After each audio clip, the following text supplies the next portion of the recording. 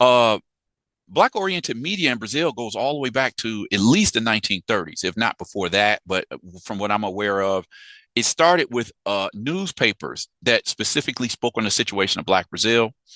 O Homem de Cor, which means the man of color. Another magazine, another newspaper called O Menelique, O Clarim, Alvorado. One of those particular newspapers was like the print representation of what was called the Frente Negra Brasileira. It was one of the first big black organizations that represented the struggle for equal rights for black Brazilians, right? Then you had the newspaper called Quilombo. This comes out of the aforementioned Abadias do Nascimento. Some years ago, when I was in Rio, I think I bought somebody, I don't know who did this, but they recreated the Quilombo newspaper and put it all in one reprint in one like really large book form, and they just put all the issues of the Quilombo. They what it I don't know. It's like they scanned it, the copies that they had, and put it all in one book. It's like I don't know, 2004, maybe 2005, seven, somewhere in there. I don't remember, but they reissued it. This magazine, this newspaper that was from the 1950s.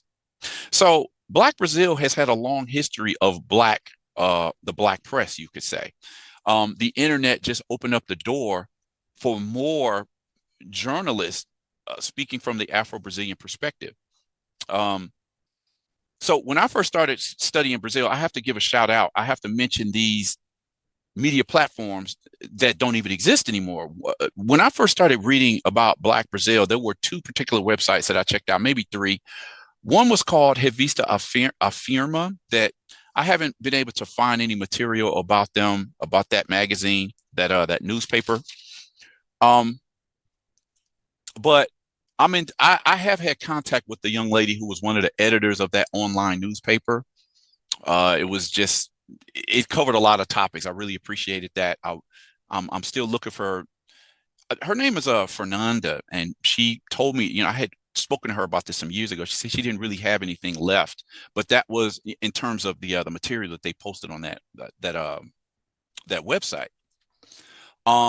Very important black press representation for Afro Brazil. Then you had another one called Jornal Irohin. I followed that website religiously, and it talked about everything. Talked about culture, talked about politics, talked about racism. Don't know what happened to that. I really appreciated that particular website. I don't know why it went down. It was one of the best of its time. Also around that time, you had another website called Porto Afro, and there was another one that was called Mundo Negro. And I'm not sure Mundo Negro, which means Black World. I'm not sure if that Mundo Negro from the early 2000s is by the same creator of the current version of Mundo Negro, because that original Mundo Negro disappeared for a few years, and then some years later another website popped up called Mundo Negro, and I think it's a completely different website, you know. But these are some of the most important first steps in black journalism that would start on, when with the rise of the internet. Okay. Another good one was Afro Press. I've met Dojival or Vieira some years ago.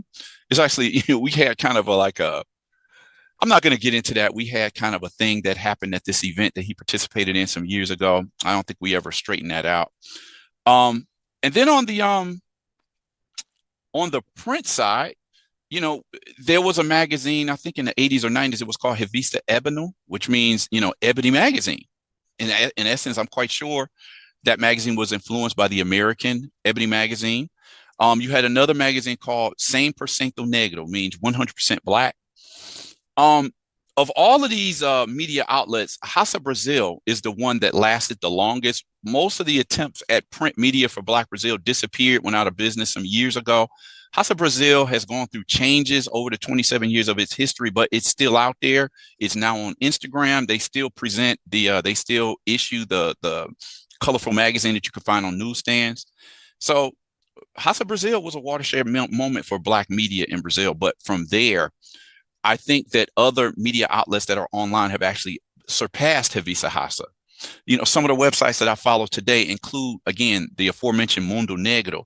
The Gelades Institute for Black Women has been a leader in this endeavor presenting not only just Black Brazil in general, but specifically Black women's issues. What else is there? From there is just a whole lot of different websites that have come up in following behind the footsteps by Hasa Brazil. I like websites like Todos Negros do Mundo. There is Alma Preta, which means Black Soul. You have Noticia Preta, which means Black News. And these are two of the main, besides Mundo Negro, these are, I would say, maybe the three top Black Brazil media outlets online these days. I read these websites every day. So today, what I'm going to be talking about is how Black journalists challenge the racist approach of news reporting by Brazil's traditional media. And this is important because when you look, you just see there's a certain slant with Brazil's mainstream media. And it's like, in order to offset that a little, you need a Black media that tells the perspective of the Black Brazilian population.